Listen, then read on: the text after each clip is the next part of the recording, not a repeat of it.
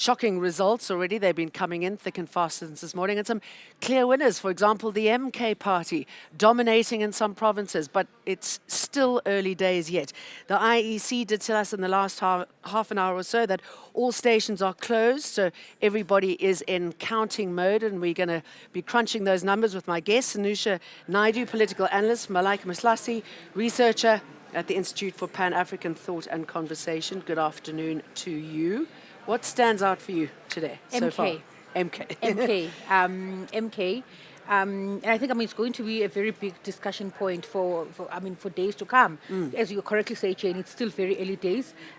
Still only at about just below 15% of the voting districts have been counted. We still have a long way to go. So just over two. I think about a few minutes ago we had 2 million.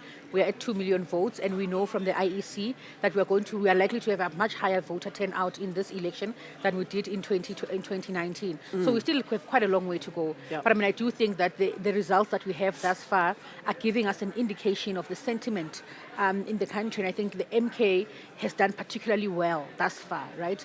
And I think what is especially of interest for me with the MK is not only the fact that it is doing so well nationally, but it's also that it's making a very important showing in provinces beyond just KwaZulu-Natal. There's always this sentiment that it's going to do so well in KwaZulu-Natal, and it's a party in the KwaZulu-Natal. But we see now in Gauteng, it's in the top 5 of the parties that are in the lead in Gauteng, along with the African National Congress, the Democratic Alliance, Economic Freedom Fighters, and the Patriotic Alliance. So we see that parties that in 2019 were in the lead, your Action SA and so on, nowhere to be seen in that top 5, and even the numbers are just not numbering, as we always say. And I think the MK is really leaving a lot of us with something to talk about and to reflect on. And extraordinary for a party that really has no policies, right? Extraordinary for a party that's just so young. But of course, a party that essentially sees itself as nothing to lose. A party that essentially can actually become quite important in terms of the fact that it talks to a particular dynamic within KZN. But I think if you move beyond KZN, if you look at Mpumalanga, it's chasing the EFF there as well. On the national ballot board, as we look at it now, it's chasing the EFF. So you've got this incredible kind of dynamic between the MK party and the EFF, and who's going to make that third position. I think we have to always emphasize it's early days. The metros are not in yet. And in Gauteng, there are 3 big metros. The 3 big metros are your Tshwane, your Johannesburg, your Ekurhuleni. It constitutes 82% of registered voters. And that's going to be big. There we'll have to basically start tracking what it looks like for the DA in terms of the suburban vote and how that may play out. Townships that come in. Are they going to see a lower voter turnout? So those numbers at the bottom of the board that we are seeing constantly being updated, and every time it updates, a bell goes off, and then we get an announcement when we hit a threshold of 2 million or 2.5, whatever. But that's all just part of giving us an idea. But when we start looking at the big metros come in, and what is important is which are the big voting districts. And if you look at, for example, ANC, they're not moving incrementally in a way that's fast. They're moving in a very slow way. And I think that kind of gives us a nuanced message from this board. We can't call the election right now. It's too early. But we can start subtly extrapolating the messages. And once we start doing that, we can say with some level of not certainty, but just as what's coming out from the kind of messaging from this election is that the ANC, in some of the big rural areas where it won 80% of the vote in 2019, it's dropping. Now, what does that mean for the ANC? I think the ANC top 7 should be sitting down right now and thinking, what does this mean? Because if we are not getting the kind of support base that we got in 2019 from the rural areas, if there too we are finding difficulty, what does this mean for us? We can't bank on the urban vote. We can't bank on the metros. So they kind of caught in what you would call a tailspin, and they kind of thinking, what do we do now? So leave your frivolous statements aside. Okay, Don't sorry, think let's talk that. about those frivolous statements. You were telling me a little bit earlier about what stood out for you when we heard Gwede Mantashe talking about losing some of the support, and he made quite a flippant comment about not really caring about KZN, but, let's focus on the Western Cape. This election should not be taken lightly. I No. think what you saw yesterday, and the fact that you saw people queuing and voting did not conclude in some voting stations until the early hours or maybe the late hours of this morning, I think tells you how serious the electorate is about Yep. voting. Yeah. Now, if you come into this arena of the IEC Results Operations Center, and if you're going to be flippant and sarcastic, then that doesn't really resonate with the electorate because they are serious about this democracy. They are not. But hasn't that been their modus operandi for a while, right? Flippant, the NHI, throughout, How the long odd little is- carrots to people. Yeah, but how long does it carry you? Yeah. It doesn't carry you for a long time. So I think that for me is an important indicator of, okay, we can talk about the campaign, but it's an important indicator of their governance. Yeah, right. We are looking at you when you're looking off screen. These are the numbers that you're looking at. Here's the national ballot, and you can see the parties not particularly in the order that you would expect, because for many reasons we don't have time to go into that. But here you can see, for example, the ANC in the national ballot over 877,000. The MK here 165,601. Action SA 16,000 here, 301. What happened to them? Who is this? Action SA. I think this election, more than anything else, it's really, and I asked that to myself about quite a number of parties, right? We've got, for example, the Congress of the People, COPE. Yeah. The kind of excitement and the talks that we're hearing about MK Party today, 15 years ago, in the 2009 election, it was about COPE. COPE was the new kid on the block. COPE managed to get over 10% of the vote. It was this exciting new thing. It was literally almost like playing itself out with the MK. And we are here now, 16 years later. In the 2019 election, COPE had only 0.04% of the vote, and things are not looking good for COPE with the numbers that we are seeing now. And I think for me, as I'm sitting here looking at these numbers and looking at particularly the hype around MK and the numbers that the MK is pulling in, I can't help but reflect back to that, to that moment, to that COPE moment, and wondering if we are seeing that COPE moment again, with a lot of differences, of course. So can I just say, I was working for Al Jazeera at that stage. It was the first time I'd come to the Rock, and I interviewed the COPE leadership there. I remember it was Helen Ziller and the COPE leadership, and there was so much excitement around it, and it really felt that this was a party that was offering a different dynamic, smart, sharp. Is that a problem with the new parties in this country? There's a flurry of activity, excitement. I think there's also some notable differences. You said earlier on about how the MK party, and it's something that has been on my mind quite profoundly, is that MK party does not have policies. They've got what they call a People's Manifesto on their website, and it touches very briefly on a few things, electricity policy, education policy, 2 pointers, national security, traditional leadership, and so on, healthcare, and so on. But there aren't policies. So there isn't a policy, there isn't a very comprehensive statement of any kind about what this party is going to do. And look at how well it's doing. And so it has me also wondering and thinking very seriously about what is it that the South African voter is looking for if they're not looking at a party and they're voting on the basis of its policies and what it's promising, right?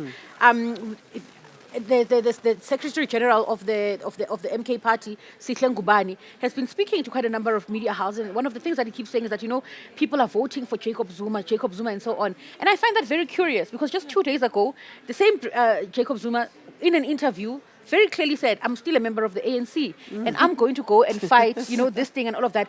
And so when you have a party like MK Party that is so anchored on this personality of an individual, that is so anchored on the memory and the legacy of an individual from another political party, right? What does it mean about its future? What can we glean about what is possible or what the future looks like for the MK Party when so much of what it is, so much of its personality is hinged on one person? And maybe it's because, when you've got no policies, you've got no policies to break, right? Because we hear these things coming from the ANC, for example, and people have just gone a bit like meh, you know. So maybe if you don't make us any promises, I don't know. It's just the cult of the person is enough. Yeah, I mean, to pick up on what Mahlatsi is saying, there's a cautionary tale here for the MK. Yeah. And the cautionary tale for the MK is that don't think that you're going to keep shooting from the hip. Yeah. And if you keep thinking that that's the strategy, we don't have to give you a concrete set of proposals. You don't have to give a kind of framework of what your thinking is from a policy perspective. And it's all about a personality.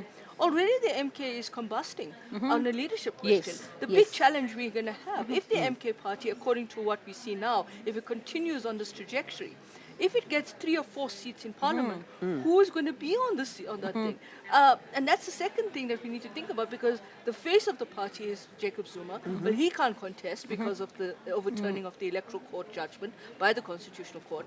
The second is Mr. Khumalo. He's in a completely different context. He's fighting with the party, but at the same time supporting it. It's a party of contradictions. So in that way, I think that they're going to learn very quickly that this fizz and pop effect that you have in opposition parties that come about as they emerge on the political landscape and spectrum in South Africa, is that the lesson from this election is don't take our vote lightly. So the one issue here on the MK is really the ticket of disaggregating ANC that is very much around a particular identity of KZN, and then it's filtering into the pockets of Mpumalanga and parts of Gauteng, and then of course a Ramaphosa ANC.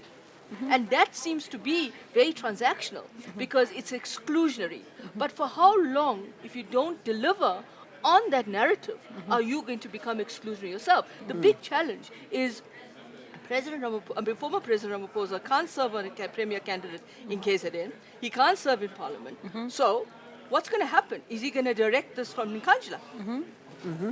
But what we do know is that there is a call for the capital, Ulundi, to become the capital in KZN. Let's listen to how that's coming about.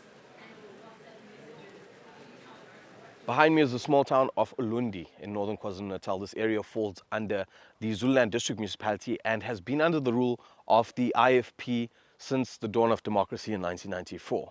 In front of me sits a building that is hardly in use and widely considered a white elephant. But this building was once the provincial legislature in the province. And it was moved, a decision by Parliament, to move it to the now capital, Pietermaritzburg, in about 2002. But the IFP have been calling for Ulundi to be remade the capital of the province and for this building to be put back into good use. Their calls have been backed up by the likes of Action SA in the province as well. It does mean that should the capital be moved to Ulundi, it'll be a major boost for the economy in this district and a district that is populated by people of the poorest and impoverished and basic services that haven't been delivered in water and road infrastructure and so forth. And some could say that should fall on the blame of the IFP, but at the end of the day, people here need services delivered. So whether that's going to happen, if this is remade the capital or not, we'll leave that for you to decide. But at the end of the day, it is on the cards and there are talks for it to happen and there are calls for it to happen. But whether government actually takes the decision to make that happen is another thing. For Eyewitness News, I'm Arun Singh in Ulundi.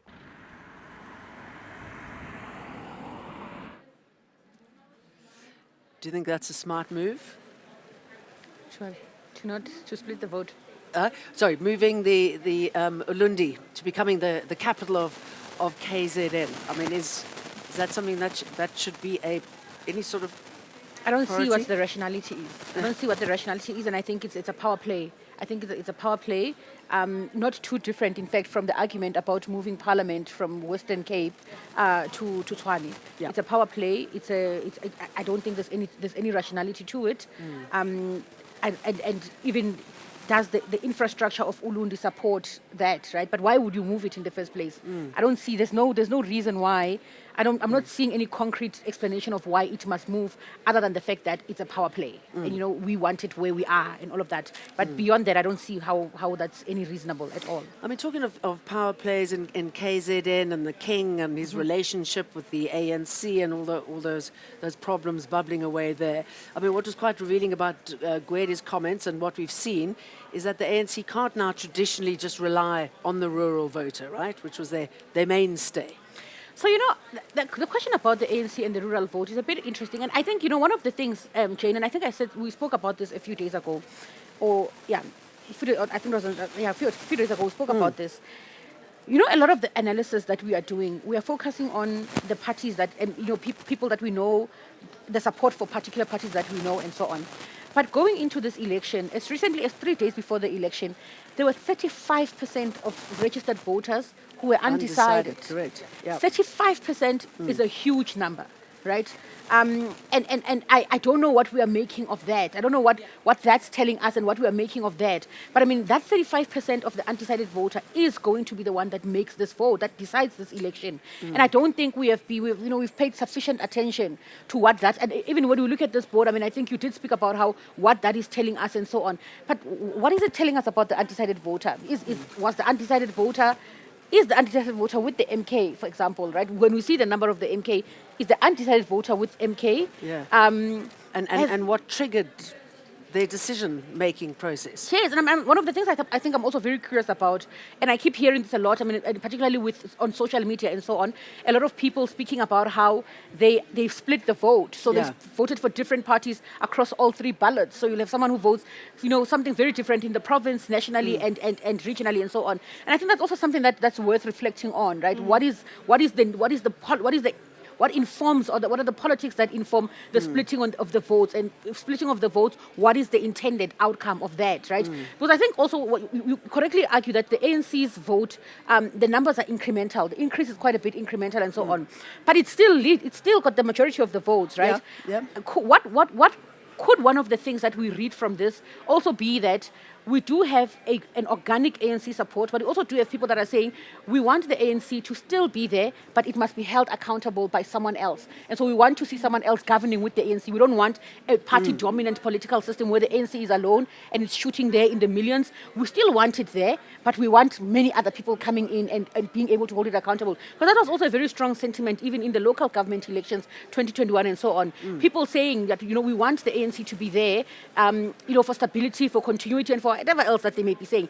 But we don't think that the ANC does well. And the issue that you're raising about the arrogance of Gwede, the arrogance of the ANC, you also hear that a lot, that the ANC is very arrogant. And when it's leading on its own, it's especially more arrogant. So it needs to have people in there keeping it in check. And is that what the undecided voter has decided? And is that why we are seeing the numbers rising like this for MK, that they want something to hold the ANC accountable?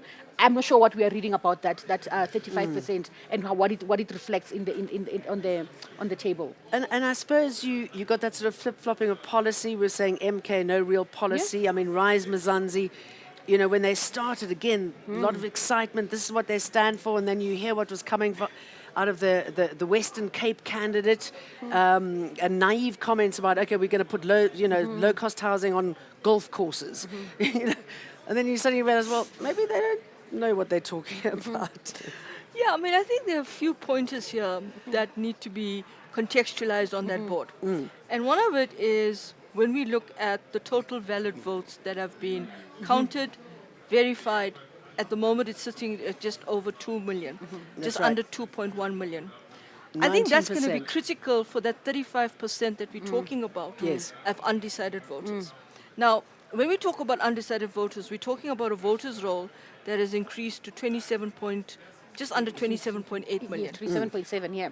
In this country, we have around about 39 million people, including the 27.7 million, that have the right to vote. So if you want to take a real benchmark and measurement of the undecided voter, you've got to look at the about 13 million people that just don't refuse to even register to vote. They are not just undecided. We need to characterize them in the context of this. Because what we are reflecting on in this ballot is we're looking at voter turnout. If the IEC's optimism is that we want to get more than 66%, 66%, if you make the threshold of 66%, and this election has taught us a lot about maths. So what it has done is that my rough calculation, I could be completely wrong, means that you got to get 18 million or over 18 million. Last election, you had just about 17 million. Now you're banking on that undecided voter in the 27.7 million, that they're going to come out and do something extraordinary and spectacular. Yeah. For some reason, we don't know what those long queues meant. The IEC's interpretation of those long queues, according to the Deputy Commissioner Mosiri Mwetu, today to 702, was quite interesting. He said they interpreted that as the basis of understanding that there's going to be a high voter turnout. I'm a little bit more cautious because a high voter turnout means you've got to hit the 18, 19, 20 million. Yeah. And that means that 35% has to come out. So I would say for now, the MK is possibly banking on those loyalists who have come out without any ties to the ANC, unapologetically, and said, I vote for you. Because Mr. Jacob Zuma, you have been given a raw deal. You represent us. But the problem with that is that when you're actually in parliament and when you have to start thinking about what happens, this is a transactional election for political parties. It's about the very same thing of making statements, promises that they cannot keep. Yes. They can go out and say things like, we'll build low-cost housing on golf courses. Well, that depends how you look at the Land Act and the expropriation of land. Then you can make a statement like a job in every home.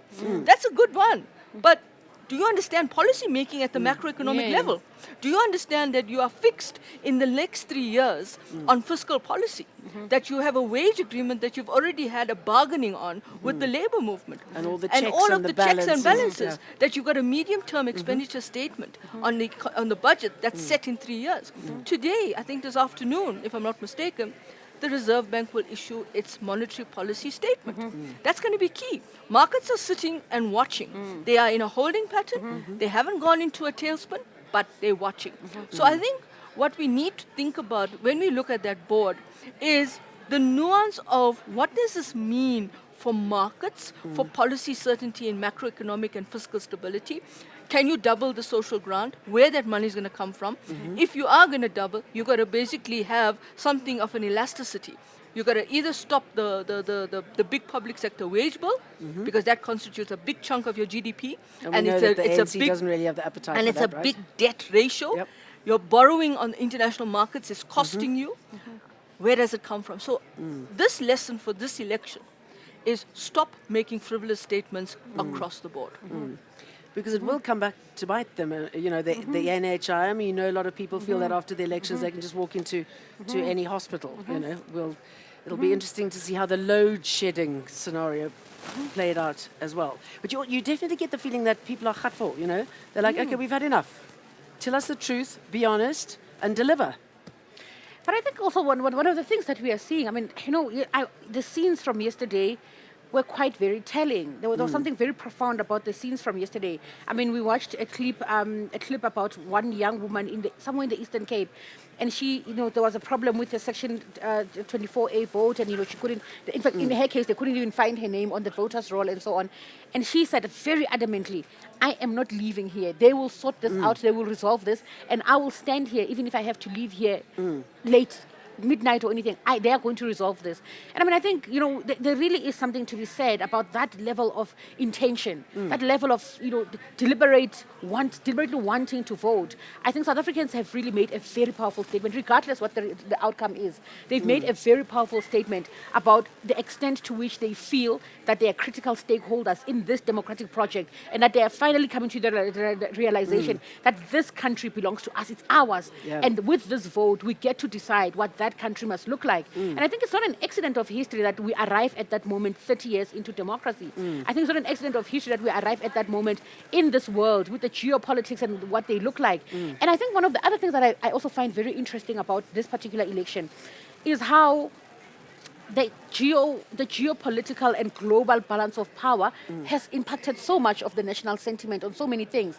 I mean, just earlier this morning, we were hearing from the deputy president of the ACDP, admitting himself openly that they believe that their stance on the Israel-Palestine situation will in fact impact their vote. That they will keep the traditional base of our vote. We do have a traditional base of our vote as the ACDP, but we believe that our position on Israel in particular is going to have a huge bearing on this election. And we see the same thing in the Western Cape, right? With the DA taking a beating to a great degree, at least in terms of prior to the elections. We don't know the numbers yet, but taking a beating in terms of the public sentiment, in terms of the research coming out from those who are saying that we are not going to stance. So I think that this election is going to be one for the books that we're going to be analyzing for many, many years to come, to look at what it has meant for our country, what it has meant for what people think about the local politics, but the international politics and their bearing on South Africa as well.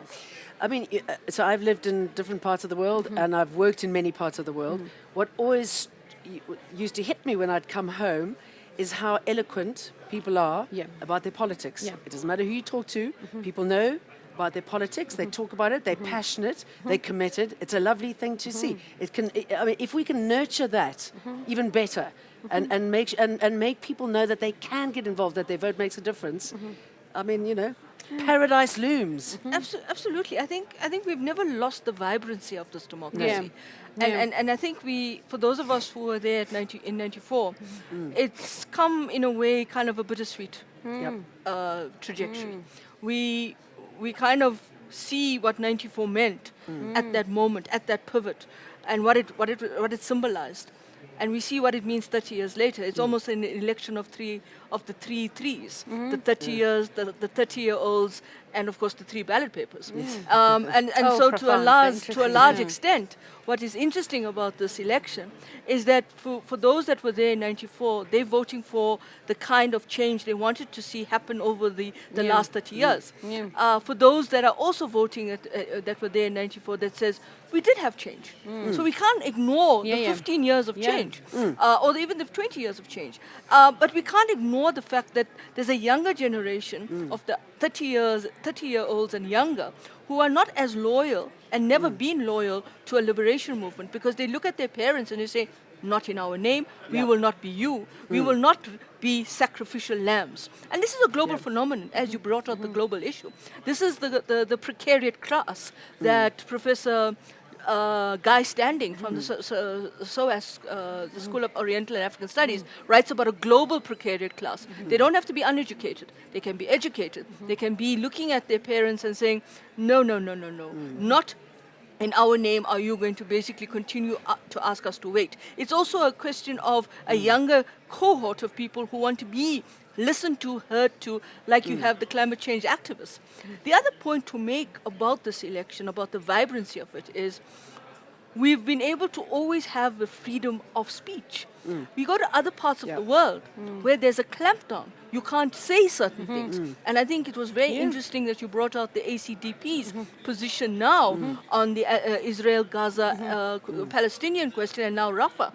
Because what it does do is that in certain countries where you think freedom of freedom of speech and the freedom index rates them higher, there's a curtailing of that freedom. Absolutely. Whereas sorry, the interesting dichotomy, excuse me jumping in here, is how, we showed a certain level of maturity with the ICJ action regarding the war in Gaza. But then if you look at our alignments, with Russia, with Iran, I mean, countries that are not prone or pro freedom of speech. It's an interesting. But even in the countries that you claim to have, where you look at the index, and I think you use the Freedom House Index, which is a constant index, those indices are essentially using a benchmark where, if, for example, if you look at the current protests on the question of Gaza, and you look at what the US Congress did with regard to calling in particular chairpersons of the Harvard School and being very adamant that you support Palestine, or you look at the way they went into universities and pulled people out. I mean, for us, that was our protest at universities for this freedom. We are not saying that our relationship with Russia, Iran, and China, and by the way, it's very curious to me as well that there's the only 3 rogue states in the world that we can't have relations with, but yet you can still have other countries flying in to these countries and talking to them, right? Whereas Trump you and can't North have Korea, that, for right? example. Because it's a foreign policy that is defined by a geopolitical architecture that is now very imbalanced. And so in South Africa, our foreign policy is not domesticated in our domestic electoral politics. We talk about it, but people are not voting on it. And I think where the ACDP may have miscalculated this issue is to assume that there's going to be a stronghold on this. We don't domesticate foreign policy in our domestic politics. No, we In don't. fact, we all have an opinion on foreign policy, and I think the question of what the world is going through now is its own existential consciousness of international humanitarian law. It's inconceivable and unconscionable that you would actually say you can't bring, when you look at children, and let's go back to the Russian question. When President Putin was indicted under the ICC, it was for the kidnapping of children. Yeah. Look at Gaza today. How many children are mortally killed? And those are children. Children are not are supposed to be protected under UN convention. Yeah, more than 15,000. So, I mean, several things that have made South Africa stand out is that ICJ action and our elections. I mean, we are viewed with respect when it comes to elections, when it comes to our Rightly so. IEC. I think rightly so. I think rightly so. You know, in fact, on our Eyewitness News, you know, I'm hoping our viewers also do have downloaded our Eyewitness News app, because we've got an Eyewitness News app, and we, you know, there's opinion pieces there and so on. Just today, there's actually going to be an opinion piece that I've written, and in it, I'm reflecting on this issue of the IEC, right? Because there's been a lot of criticism of the IEC in the last few days, especially yesterday, right? A lot of criticism on the of the IEC and so on, and even some sentiments that seeks to suggest that the IEC deliberately created the crisis and it's in collusion. I mean, there's all kinds of conspiracy theories going on and so on, right? But I really truly do believe that the IEC is an institution that has really safeguarded our democracy. I really think that, you know, these accusations on the IEC are baseless, and I think they are also incomplete, right? Because yes, people see long queues, people see all of these technical glitches and logistical challenges, but can we talk about the very significant and very severe budget cuts that the IEC has been confronted with over the last 4 successive years? And I think, please indulge me, because I want to talk about some of these numbers, because I think it's so important, right? So the IEC has had the successive budget cuts for the last 4 years. And these are the numbers, right? Spending was cut by 27 billion from 2019 to 2020 financial year to the 2016-2027 financial year. 27 billion That's a big rands. number. Now, in this financial year, 2024-2025, the budget was cut by 31 million. And this follows a 250 million budget cut in the previous medium-term budget cycle. But even more importantly, in this 2024-25 financial year, the outreach budget, right, of the IEC, which is about 237 million, was cut by 21 million. Now, the outreach budget, remember, is the budget for voter education, voter conscientization, activations, campaigns, and so on and so forth. When you cut the budget of the IEC by such significant millions, over 20 million, you are cutting on voter education. And this is happening at a time where in just 2021, new legislation, amended legislation was passed, right? And which is why the confusion about the Section 24A is coming from this confusion about this thing. This is a new thing and people didn't know about it, and, you know, and so on, and other arguments. But this is happening in the context of very severe budget cuts of the IEC. And so I think when we talk it's about... extraordinary and what it's they pulled off. extraordinary. It's extraordinary what the IEC has been able to do in the context of the challenges that it was confronted with. And so I really think, for me, in fact, you know, if the IEC was, you know, yesterday after he cast his vote in Soweto, President Cyril Ramaphosa said, you know, if the IEC was on the ballot, I would give it my vote. And I think I hold a very strong view about that, because I think there is an unfair criticism, an unfair negative perception about the IEC as being incompetent, as being all of that. And I don't think it has any basis in truth, Jane. So, I mean, good to get those numbers. The reality for a lot of people was hell day yesterday. There were technical glitches, all that kind of stuff. How do you balance that knowledge with the fact that there were problems, delayed, the fact that ballot papers were delayed and, all sorts of conspiracy theories also going out there. How does that play out eventually? In any election, you have to account for these Yeah. glitches. Yeah. The IEC has always had these glitches. Yeah. Perhaps today, in this election, it's more pronounced because you're dealing with these changes that were mentioned around the fact that, also remember, and then just to add to what Mahlatsi is saying, the Constitutional Court ruled 3 years ago, that the Parliament has to convene that panel and get that Electoral Reform Act amended. And they took their time about it. Yeah. Constantly Yeah. pushing the IEC Yes. towards the edge, Yes. that Yes. giving them less and less time to get all of these logistics in place. Coupled with the budgeting cuts, you can't afford to do the outreach. So you're trying as much, and we know TV ads are expensive. Yeah. You're going to have to try and get into communities. You don't have the money to do it. And if you start to look for donor funding, you compromise yourself as an independent electoral commission. Yeah, that's right. Somebody in that list and other political parties that didn't make the list are constantly going to say, oh, you can't do this. Then you have the problem of having to train voluntary staff and then to also pay people. I mean, come on, if you're serious about this being the most important Chapter 9 institution that upholds the Funded. integrity of our democracy, give it the budget it needs. And one of the scary Give that things the with these budget, numbers... give the NPA the budget if you're going to talk about stemming out Exactly. corruption. You've got to But give this follow the those budget leads. as Yeah. well, because Yeah. this is where the people have the most direct impact in casting their vote. And of course, if you're going to continue these cuts, the bigger challenge is local government election, the IEC may be bankrupt. Yes. And that's only now in 2026, right? And I mean, this is a very scary thing because I mean, I agree with you fully. We've got all other institutions, of course, the NPA and others and so on. But for goodness sake, at the IEC, this is where the legitimacy of the entirety of our democratic project rests. Yeah. The legitimacy, not of elections. I must emphasize this, that it's not about the legitimacy of the elections alone. It is about the legitimacy of the entirety of the democratic project. This is literally, this Chapter 9 institution, it is so crucial. I can't overemphasize how important it is.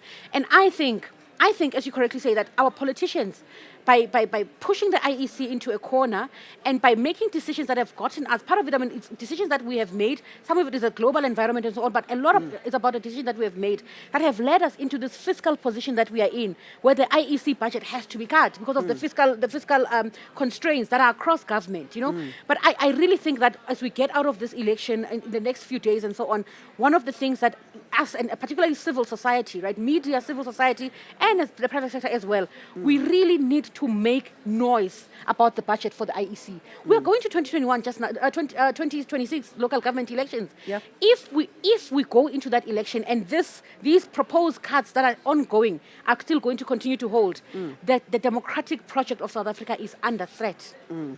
I think just to add, you asked me about how do you balance these technical operational issues with kind of getting the sense of still people feeling this IEC holds a lot of credibility, legitimacy for it. Let's look at what the exit satisfaction poll will give us later on, either this afternoon or tomorrow. It's run by the Human Sciences Research Council.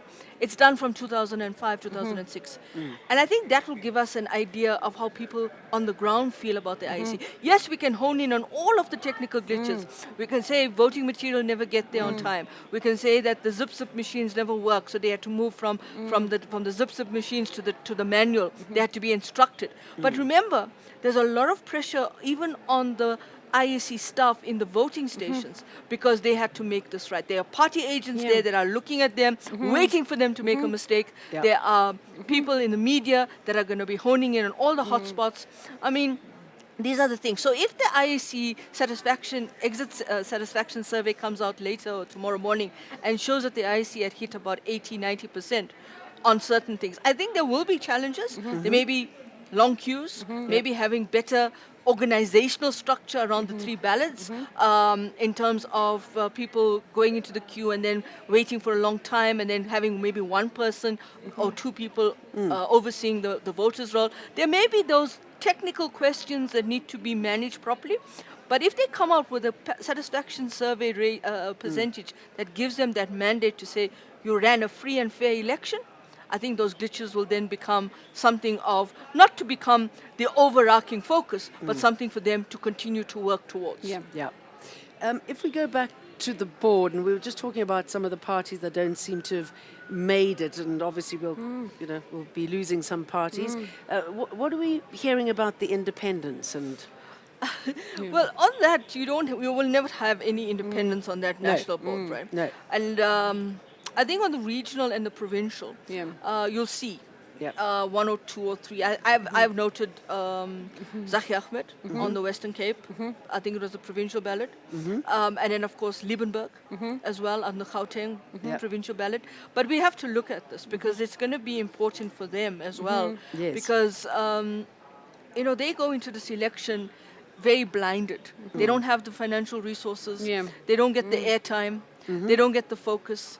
They got a very constrained, both financial and non-financial set of circumstances. So it's not that we ignore them in this election, because I was asked recently, is it that South Africans don't care about independence? No. Someone like Zaki Ahmed, for example, has a long civil society activism. Absolutely. And, he was He has many fans. Exactly. And he has been critical on the ARVs and the anti-retrovirals to be able to, for millions of South Africans, to get that access in terms of public health and HIV combat, dealing with HIV and so forth. It was him. So someone like him, you can see him going strong. But it's a difficult path, so, to get into that board takes a lot of energy. And then once you're there, you've got to now sit in a very constrained, conflictual, combatant parliament as well. And you only have the numbers, and the numbers you. Yeah, you do. And I think one of the other things it's a healthy entrance. It is. I mean, and I feel so passionate when you speak about Zaki Ahmed. I really do feel so passionate. I feel passionate Everybody about him. does, right? No, I feel very There's something passionate about that man. I feel very passionate about Zaki Ahmed. When he led the treatment action campaign, my late mother, she was in the South African NGO coalition, Sangoko. She worked as a support officer there. And I was very young at the time, in the 2000s. I was still in primary school, quite frankly. And the name of Zaki Ahmed was a name that was spoken very often in my home, right? And no one in South Africa really, I can't think of anyone who has done so much, not just for HIV/AIDS treatment and thingy, for healthcare in South Africa. For healthcare, for anti-privatization in South Africa, like Zaki Ahmed has been able to do. And so I'm very excited about seeing what that's going to, what's the thing is going to look like for him, the provincial and as well as the regional. I'm very excited in particular about Zaki Ahmed when it comes to independence. And I think it's such a very important thing when we've got independence coming into the play. I think it's such a very important thing. And it's very sad, the resource constraints that come with independence and so on. We saw very recently, about 2 weeks ago, a week or so ago, when the party funding was declared. I mean, you've got parties that are getting 100 million, lots of money. I mean, Rise Mzansi had about 100 million or something in funding and so on. And you look at someone like Zaki Ahmed and you think, wow, this person has a track record of genuine community-based activism, of genuine regard for for democracy and so on. If he had that kind of money, what could he be able to do? Which has been sorely lacking in our politics. Tsidi, my dear, is on the floor, so let's cross over to her now. Tsidi. Hello, welcome to the floor here at the National Operations Center. My name is Tsidi Madia from EWN. We have been bringing you rolling coverage from the floor. I've said to you before, political parties are here, members of the media fraternity, we are here, but so are pundits who are trying to make sense of how South Africans have voted, what South Africans want. Now, the leaderboard is still at it. It's not furiously bringing up the numbers, which is something that we wanted to see. I think there's just over 2 million valid votes that have been counted. We are speaking to different political parties, as I said. Joining me at the moment is the Secretary General of the EFF, Marshall Dlamini. Marshall, thank you for your time. Welcome to EWN. They're not coming in fast and furious. The picture is really slow, but you do have party agents at different stations, so you have some understanding, I imagine, of how you've performed.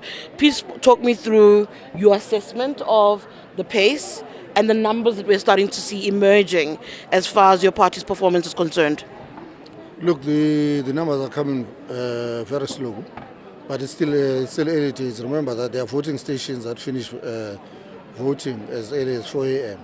So even now, there are still a majority of voting stations. They are still counting, not even tallying the votes between parties. They're just counting the number of ballots. They just open ballots because when they finish, some of them had to rest and then they got started. So it's still early days. We see the numbers are coming in. We are fine with what is happening because as things stand, we are still the third largest political party, as with the numbers, the 2 million that has been there. So monitoring votes and the areas that normally are we'll call them strongholds of the EFF, who normally get votes, those have not come in because the areas that have come in, it's the farms, it's the suburbs, and a few smaller voting stations in the rural areas. As you would see now that even the ones that come, you'll find out that a voting station, only 300 people voted in the entire voting station. So the numbers in the townships and everywhere else have not come in. So it's still early days, but we are fine, and we are very thankful to the voters for the discipline that they demonstrated yesterday, especially the youth, because when there were frustrations with the IEC processes where people had to wait for 7 to 8 hours waiting to vote, the young people of this country, young people sometimes they've got too much energy. They could have disrupted everything, but they knew the importance of this, what is enshrined in our constitution to ride this democracy, that it has to be protected. So we're very pleased by that, even with the voters of the EFF that have come out in their own numbers. So now it's just to sit and wait and monitor the votes. There are party agents. They are still in the capturing centers. They are everywhere. Some of them, they are still in the station. So we are monitoring the situation. I am looking forward to seeing what the young people have done at the varsities as well as urban centers as far as the EFF is concerned. You say that they're still counting. Earlier on, the IEC made an announcement that the counting had been completed. So I'm trying to understand the difference between what they've said and what you're saying. They're saying they're at a point where they're trying to capture and to audit some of the results, but counting itself had been put to bed, and you're saying that's not the case? No. So in some stations, because the party agents are not out. So from our side, as long as they are still inside, because they must come out with the results slip. The IEC might be talking on the issues that all the votes are in and the votes are being counted, because only once all our party agents are out. So we still got some few party agents that are still in the stations in KZN and some in Gauteng. Not many.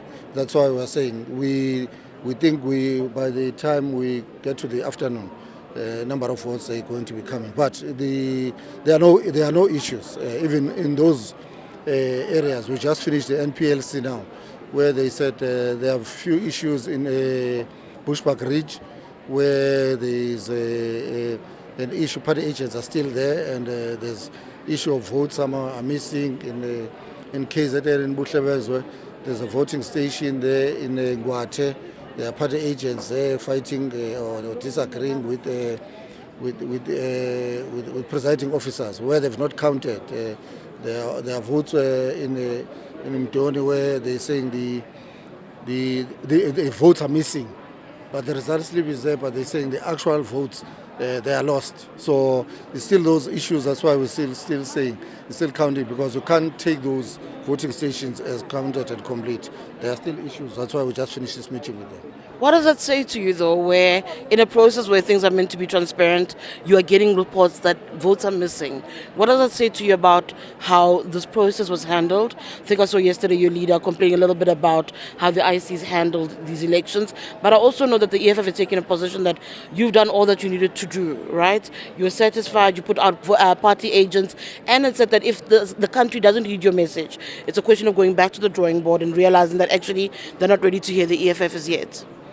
Yeah, look, I think it's we don't want because people they might mistake as if it's paranoia. I'm just giving you a few issues that have been brought to our attention by the IEC and being confirmed by our party agents. But overall, we're fine. There's no crisis in these elections. We must never come out as if there were frustrations yesterday, and our people, they remained resilient, they remained disciplined, and they eventually voted. So we can't say there's a huge crisis. Look, there's 23,000 voting stations, so it's bound to have those issues. But what we happy about is that the IEC are not in denial of those areas. That's why we're sending our MPLOs in those meetings so that we can come to a resolution and investigate what has happened. So in overall, the elections, I think they went well with their own challenges. I think it was a learning curve to the IEC, and they did not deny it, that they did not expect much turnout. I think their biggest challenge was the areas where campuses of higher learning, where they did not expect, because you know that the tendency in this country is that young people, they don't show up. So when they show up in numbers, I don't think IEC, they were prepared, because they ran out of ballots. So they had to go and fetch ballots, which another thing that caused delays. But they eventually voted. So we're happy when the president, as he has spoken, that we here to monitor the results. Where they've got issues, we'll raise them, but without creating a paranoia as if there's something that has been done directly to the EFF. We have not gotten to that stage that there was a sabotage that was sent to the EFF. We're saying these are challenges that are encountered by all political parties anyway. So, but we're happy with the turnout of young people, and we're going to monitor. We're interested as well, especially to those voting stations with young people. Absolutely. Marshall, in 2019, one of the vindicant, the interesting stories to emerge was the EFF's performance, particularly in KZN, was I think also the Freedom Front Plus's resurgence. Those were things that caught many of our attention in those particular elections. That bell that you're hearing there is an update of sorts at that leaderboard. Back to 2019, where you did so well. I'm looking at KZN. It is early days, but those numbers signal concern, even if it is early days, that you're trailing supposedly behind not just MK, but I think MK, IFP, ANC. Those numbers where you've done so well before signal some level of concern. Are you concerned about how you'll either regress? Because there have been those suggestions from polls that the EFF will not do what we've seen it doing over the years of bettering its election results. Look, it's still early days, and obviously the MK scenario, no one could have read it. I mean, it's even the ANC, the DA, IFP, all of us were behind MK as things stand. But it's still early days, because even in 2019, these were the voting stations that have come in. It's not the voting stations that gave us numbers in 2019. So we'll start being concerned if it was those voting stations like eThekwini, where about 50% of those votes that we got in KZN, they came from that eThekwini Metro, which as things stand now, eThekwini is still sitting at 0. So we will monitor them. Obviously, we'll take stock. We always do that in the EFF. We'll take stock once everything is done, so that we can come back and be able to see where did we go wrong, or if there are those challenges. But as things stand, you can only work once you got the numbers with you. As the numbers are in, it's still early days. There's still numbers that are coming in, and it's still not the areas where they gave us votes. So for start making that comparison now, I think it's too early. Maybe by the afternoon, once we reach halfway mark, and then we start getting the areas where they came for the EFF in the south of KZN. Because remember, in the north, we struggled even in 2019. We didn't get much, but we were waiting. We're here patiently waiting, and we're saying to our voters, they must pay. They've spoken now. The results are going to come out, and then we'll take it from there. Thank you so much. That's the EFF Secretary General, Marshall Dlamini, chatting to us here at the floor at the Results Center, the National Results Operations Center of the IEC, saying that there is no crisis. Speaking about the delays, sure, there were frustrations, but there is no crisis. Let me very quickly tell you, there are interesting trends that are emerging, those early days, as everyone keeps telling you. I think you need to watch the Patriotic Alliance's performance. They launched in 2014 at 0.4%. They have already, without question, superseded any of their performances in the general elections. That's number one. You definitely need to watch COPE. It might be singing its swan song. Definitely, obviously, watch the governing party. Lots of chitter-chatter and talk behind the scenes, and a lot of suggestions that actually it did not even find a way to crawl to 50%, that actually the conversations that need to happen are about coalitions. Some of the words that I've heard ring around minority governments. So South Africa, I think, is in for a very interesting chapter of its story over the next coming days.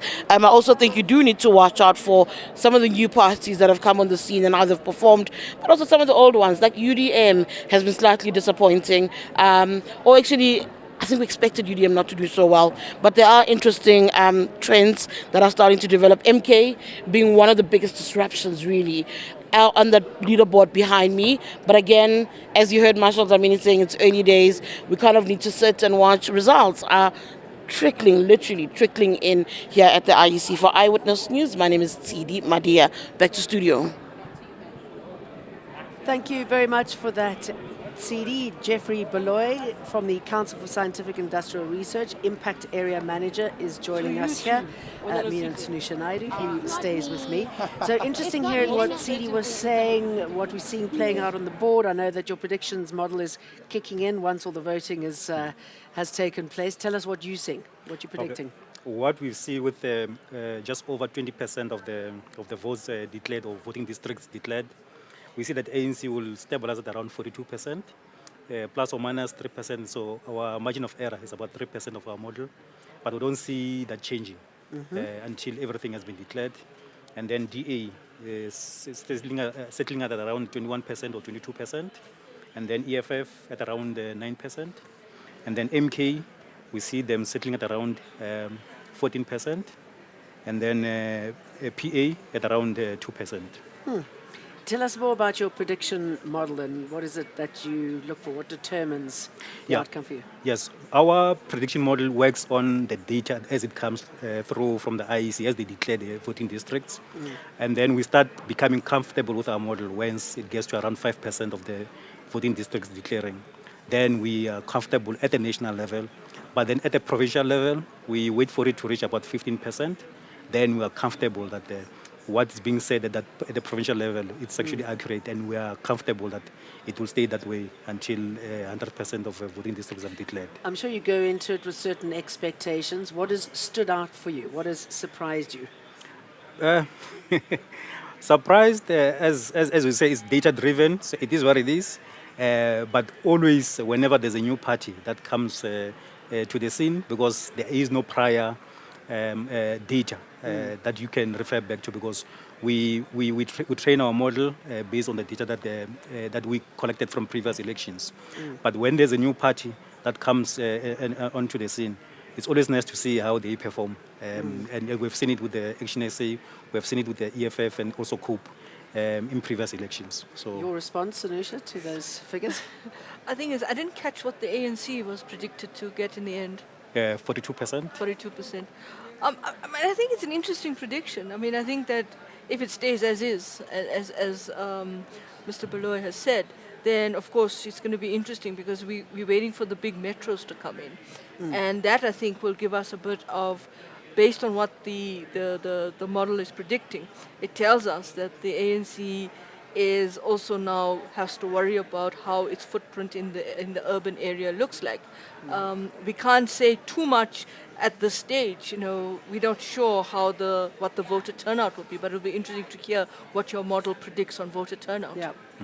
For us, in terms of voter turnout, we predict around 58% in these elections. And when it comes to spoiled ballots, how does that play out?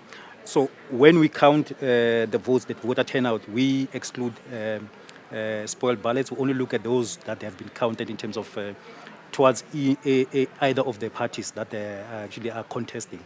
Whereas I think the IEC, when they count, they also counted the spoiled ballots, even though they don't count for any of the parties. But the ones that we predict, we always only look at the ones that go to one party or another. I mean, other than the MK coming onto the scene and we're seeing the PA doing pretty well, how does this differ from the last elections? What stood out for you? What has stood out for you so far?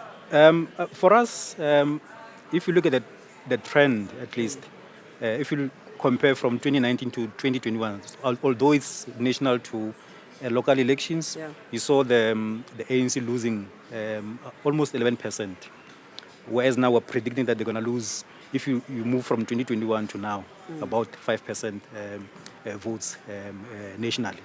So that's the interesting thing. So one thing, for now, we're just waiting for our model to stabilize. If you look at a province like KwaZulu-Natal, so for now we are just waiting for it to stabilize. So we can't announce now yet, but it will be nice to see what happens in that particular province, especially looking at a new entrant that's quite strong in that particular province.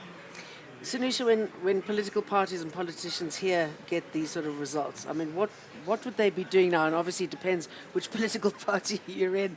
I mean, other than celebrating with the MK, I mean, it's already now predicting what's going to be happening next. You know, what happens in Parliament, what happens the next couple of days. Yeah, I mean, I think political parties, from what I'm gathering, they kind of have an idea of what's happening on the ground. You listen to Marshall Dlamini, you know, in the insert that we just heard now, and I think his words were quite interesting. Yeah, there have been glitches or there have been issues, but it's not a crisis. And they kind of get a sense because party agents are coming out and they start to, you know, following the process of how the election, the votes are counted, and then of course the slip that has to be signed, and then of course the party agents have to verify that, and that whole process then it goes to the municipal space and so forth. So I think they kind of getting a sense of it. I think they'll still be a little bit more optimistic. I suspect the ANC will be a little bit more optimistic and say, 42 is not really where we're going to be. We kind of see ourselves a bit higher. There's another prediction model that the ENCA has out as well. I'm not sure whether you're aligned with the way the model is structured, but they're predicting around about just over 45% for the ANC and around about 22% for the DA. So I think these are some of the dynamics where, if anything, polls have taught us is don't become too reliant. Yeah. But I do have faith in CSIR because I've seen the work that the CSIR has done since I've been an election analyst, and they've always got it more or less right. But if it's really this 42%, then it really is what some of the polls have said, and then we'll have to see. But I don't know. I mean, there's a lot of uncertainty around whether it's 42, 43, 45. I mean, it's just fluctuating. There's so much faith in you in the CSIR that when you call it, everybody else calls it. When do you think you are likely to call it? Now, for us, I think, as I said, we are quite confident that what we are predicting now will stay the way it is. So we don't see any changes going forth until, as the IEC said, they will fully declare on Sunday. So we don't see any changes. As I said, within that margin of error of 3%. But we don't see any changes going forward. Tell us about the international votes and how they play out in your scenario.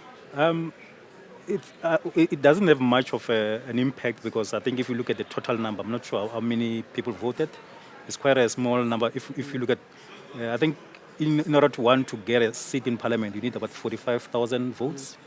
I'm not sure if you put everything internationally, the voters internationally, I don't think it will get to two seats. So it's important, obviously. But in terms of changing these numbers, it won't really affect them that much. And the problems we saw at the voting stations, how did that impact your work? That doesn't really affect our work per se. Maybe the only thing that, as we saw earlier today, that the IEC was a bit late in declaring the election. So, because I guess with the 3 ballots that they had to count, so they had to wait before they can start sending declared votes from the various voting districts. So that also made us have to wait because, as I said, we wait until we get to about 5%. But apart from that, it doesn't really affect our model. Sanusha, we're going to get another update at 4 o'clock. From what we've been hearing now from Jeffrey, we're not going to get too many expectations. We haven't heard the bell going for a bit, so the numbers that we've been looking at on the screen haven't changed since we started our conversation. Looking good for some, looking bad for others, looking very good for the MK party and the PA in certain provinces. A final thought from you? Yeah, I mean, I think this evening, once we start seeing the big metros come in, we're going to see that board shift and change. But again, I think we'll have to track what we're seeing now as some of the nuanced messages, some of the subtleties that are coming out of this election. I take the point of overseas voters. I think it's a very important point that was made about, in the broader scheme of the seats for political parties, how would it be calculated? The other thing we haven't really discussed is the calculations.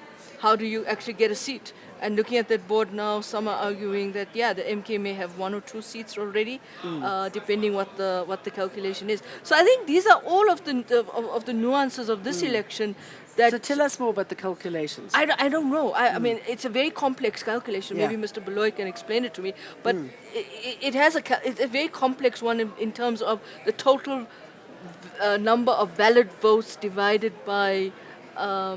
I mean, I lost it. I mean, to be honest Yeah. with you, I Can keep you going around elaborate? it. Can you help us understand Yeah. better what sort of picture that we're going to be looking at?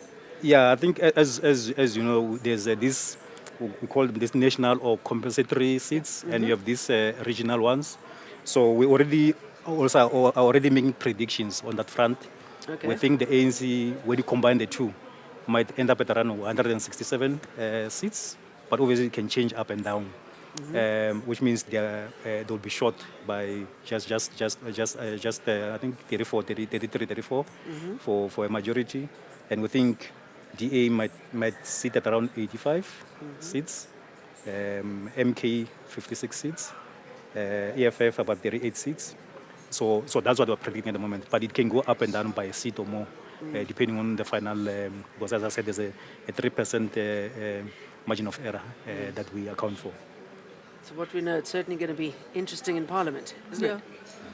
I just wonder what happens to independents who may get votes but don't make it, so they forfeit those votes, and so you have another interesting dynamic there to look at.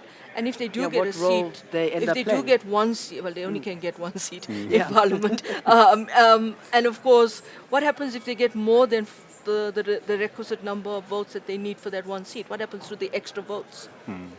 Now, I think there I'm Good not question. for myself, I'm not an expert there, but I do know that, as you say, once you get to the threshold, the additional votes don't count for you anymore as an independent, I think.